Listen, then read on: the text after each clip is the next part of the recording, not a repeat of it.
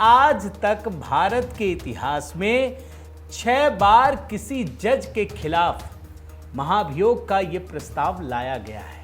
6 जज हैं। Justice V Ramaswamy 1993 में, justice Soumitra Sen 2011, justice PD Dinakaran 2011, justice JB Pardiwala 2015, justice CV Nagarjuna Reddy 2017 और चीफ जस्टिस दीपक मिश्रा 2018।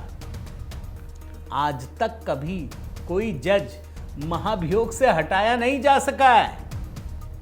लाया तो गया लेकिन हटाया नहीं जा सका।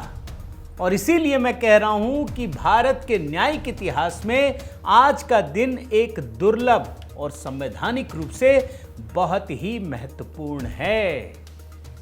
संविधान के अनुच्छेद दोस्तों 124(4), 217 और 218 के तहत यह कार्रवाई की गई है। अब यह प्रक्रिया क्या है आप समझ लीजिए। जस्टिस वर्मा की कहानी तो आप जानते होंगे, मैं इसीलिए उसमें जा नहीं रहा। वो कैश कांड, जब दिल्ली हाई कोर्ट के जज थे, उनके घर में आग लगी, फिर जब जांच हुई तो पता चला नोटों की गड्डियां जली हुई हैं। बहुत बवेला मचा। उसके बाद सुप्रीम कोर्ट ने एक कमेटी का गठन किया और उसमें दोषी पाया, और उसके बाद सुप्रीम कोर्ट की चीफ जस्टिस ने उस कमेटी की सिफारिश को सीधा राष्ट्रपति प्रधानमंत्री के पास भेजा कि इनको महाभियोग करके हटाया जाना चाहिए। अब आखिरी कड़ी में हम पहुंच रहे हैं धीरे धीरे। जब ये कमेटी 3 सदस्यीय, जिसमें सुप्रीम कोर्ट के न्यायाधीश हैं, हाई कोर्ट के न्यायाधीश हैं और एक कानूनविद हैं, इन तीनों की रिपोर्ट आने के बाद लोकसभा या राज्यसभा किसी में भी अब 2/3 बहुमत जरूरी है दोस्तों।